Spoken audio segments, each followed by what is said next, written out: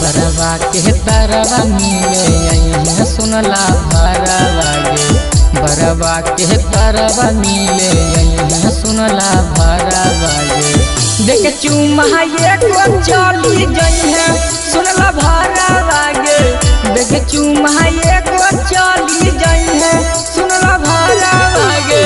कभी हो नहीं लेट ज्यादा सुन नहीं मोरला भरवा गे, कभी हो नहीं लेट ज्यादा सुन नहीं मोरला भरवा गे। देख चुमा एको चली जइहे मोरला भरवा गे, देख चुमा एको चली जइहे सुनला भरवा गे। मोरला भरवा गे, देख चुमा एको चली जइहे, देख चुमा एको चली जइहे मोरला भरवा गे। मिक्स बाय शैलेंद्र बाबू।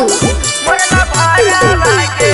दिन दुपहरिया जइहे करिहे ना लेट गे, बरवा के तरवा करबौ तोरे हम बेट गे, तोरे हम बेट गे।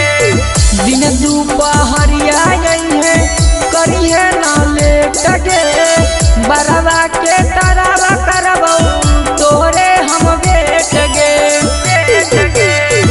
बाके नहरवा सुनही मोरला भरवा गे, धाके नहरवा सुनही मोरला भरवा गे। देख चुमा एको चली जइहो मोरला भरवा गे, देख चुमा एको चली जइहो मोरला भरवा गे। मोरला भरवा गे, देख चुमा एको चली जइहे, देख चुमा एको चली जइहे मोरला भरवा गे, मोरला भरवा गे। राइटर शैलेंद्र जइसन तोरी हो ना दिल गे, गोलू बिहारिया के बुझाई तू फील गे, बुझाई तू फील गे। राइटर शैलेंद्र जइसन तोरी हो ना दिल गे, गोलू बिहारिया के बुझाई तू फील गे, फील गे।